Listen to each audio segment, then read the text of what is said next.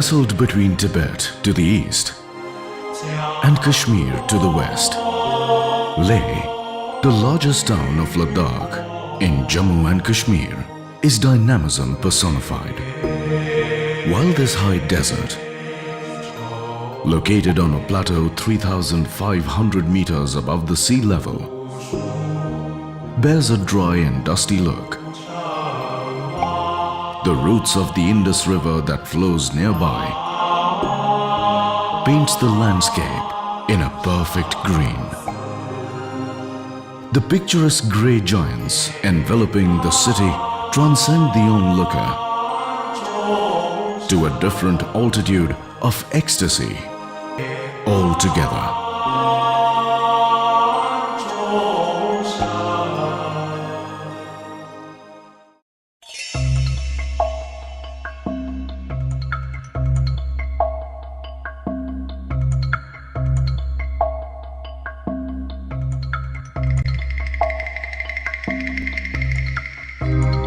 The real beauty of Leh, however, lies in its people, cultural diversity, the unique demographic arrangement, the spectacular Indus Valley, and the intrinsic flavor of heritage that breathes through the very terrain.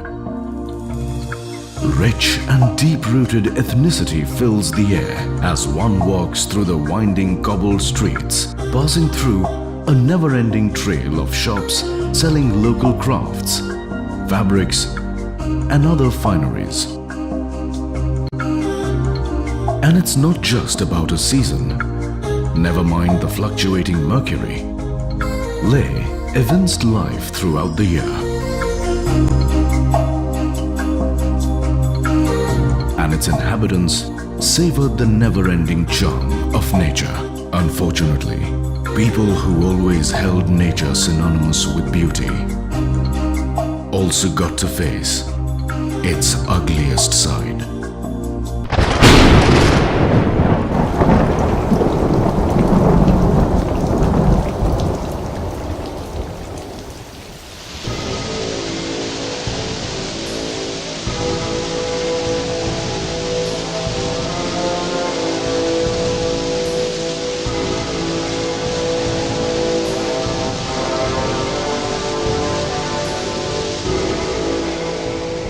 The flash floods caused by cloudburst hit the city on the ill-fated night of August 5th, 2010, when the entire city got gutted into a mass of rubbles. किसी शायर ने बहुत खूब कहा है कि रोशनी अगर खुदा को हो मंजूर तो आंधियों में भी चिराग जलते हैं। जी हाँ, ये लद्दाख की वही जगह है जहां पर पिछले साल 5-6 अगस्त को प्राकृतिक आपदा ने तकरीबन 500 परिवारों को बेघर कर दिया।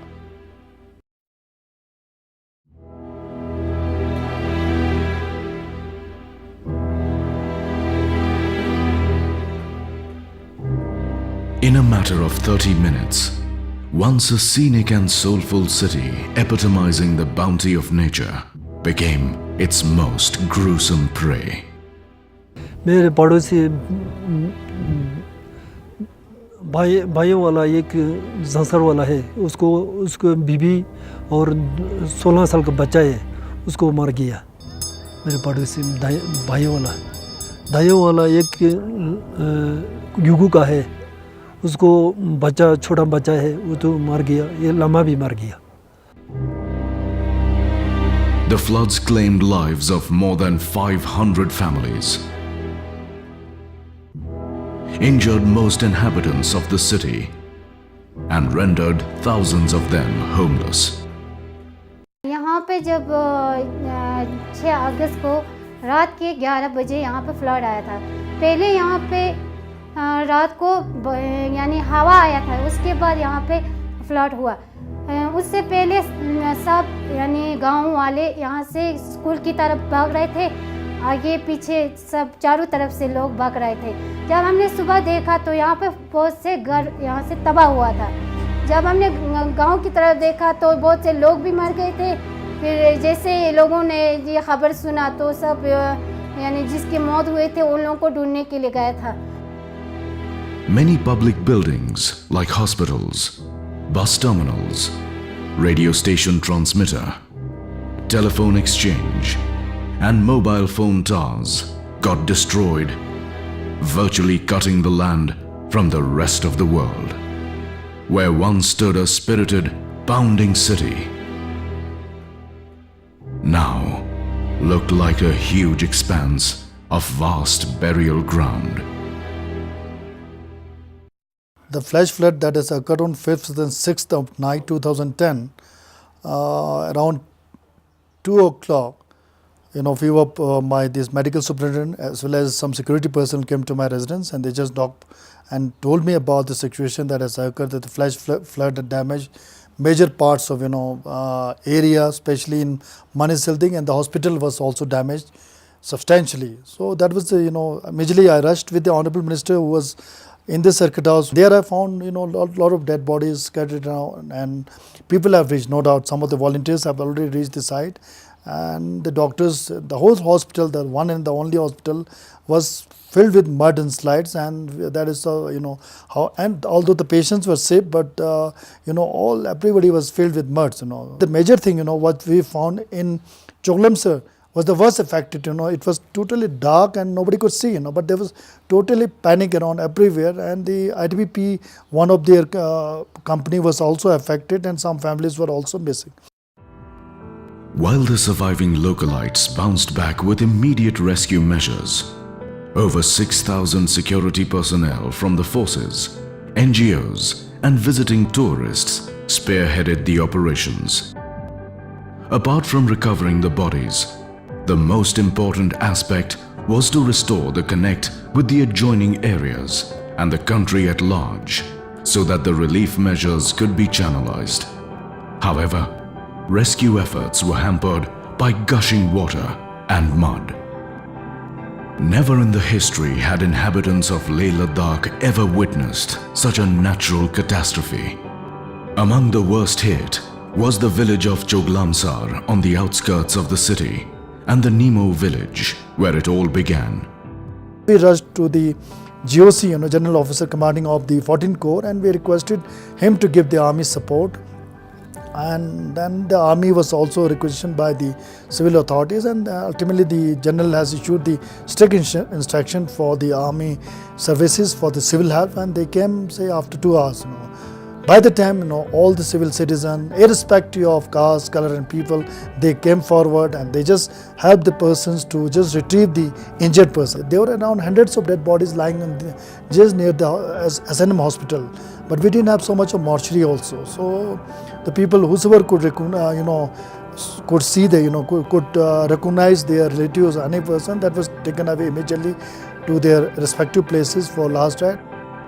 While the army began work on restoring the infrastructure, National Disaster Response Force, NDRF, and National Disaster Management Association, NDMA, also got into swift action. One of the most crucial aspects, however, was to rehabilitate the localites who had not only lost their loved ones, but were on the brink of losing the hope to survive. That was indeed one of the really big disasters that our country has ever seen. I still remember those days in early August when this entire hillsides of Leh Ladakh region literally was swept away by a cloudburst of enormous dimensions. And to many Indians who remembered Ladakh and Leh for that magnificent shooting that was done in the film Three Idiots, it struck a very, very emotional chord. And then, of course, the Government of India and all its agencies geared up for the relief and rescue operations. But in our own way, I still remember that epic meeting of the Executive Board of Scope, where it came about that the public sector should put its foot forward and join hands with the people of Ladakh and Leh to be at one with them in this hour of tragedy. And I still remember in that meeting the voice of Mr. Srivastav, who was the CMD of Hindustan Prefab, and who volunteered and said that this is a task that his organization would be happy to carry out. And all of us in that board meeting spoke with one voice and appealed to the large public sector undertakings to assist Hindustan Prefab in this noble endeavor. I must say, as Secretary of the Department of Public Enterprises, that my public sector giants responded rapidly, quickly and wholeheartedly, and we were able to put in a fairly large sum of money with Hindustan Prefab so that their elbows could be strengthened and that they could take up this task forthwith. I must also say that with the combined efforts of everybody under the leadership of Mr. Srivastav, Hindustan Prefab carried out an amazing job. The entire solar colony and 25 other locations spread over about 100 square kilometers in the Leh region. The houses came up almost overnight in an unbelievable time frame of hardly 2.5 months. It stands to the credit of Hindustan Prefab, to the credit of the entire public enterprise system in our country, and to the response mechanism that we can give, that today the people of Leh Ladakh are beginning to slowly forget the wounds that were imposed on them by Mother Nature in the time of a catastrophic tragedy. I believe that we will continue, all of us in the public sector, Hindustan Prefab in particular, to stand by the people of Leh at this time of crisis until every one of their wounds have been healed and we have been able to provide a complete package of services to them. Further complementing the rehabilitation process was another PSU, Hindustan Prefab Limited, HPL, which attempted to instill a new ray of hope against hopelessness. Amidst the extreme climatic uncertainties and the likeliness of another major downpour, within a span of 6 weeks, HPL provided prefabricated homes. In Leh, we had a very limited season. Only for 6 months one can do the construction work. So we just thought of doing a prefab, for which the Hindustan Prefab Limited came forward and challenge of constructing 450 prefab huts. And the best thing, we just commended, they have to be commended to that extent that it has been done in a record time, because the PMO and other, everywhere it was, the media especially, everybody was after that. It was a difficult task to achieve, and ultimately they've been able to construct all the houses before the onset of winter, because most of the people were staying in the these relief camps in the tented accommodation. This not only extended a safe shelter but also encouraged other public and private sector companies to join the rescue operations. HPL's swift drive helped the villagers heave a sigh of relief, as they were now well armed to face the forthcoming winter season.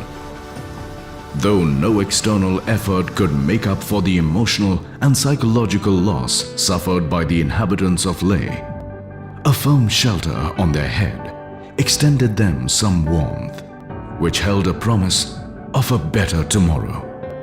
And despite the irreversible loss, one thing that the people of Leh haven't lost is the fighting spirit and the firm resolve to move ahead in life. Peace means Hindustan Prefab Limited is just one of the many milestones in their journey of resurrection, and they await many more building blocks to put their houses back in order. Government of India has assigned the task for construction of 450 houses for the victims of cloudburst. We as a HPL has accepted the challenge. While dreams and homes have been washed away, their hope is still afloat.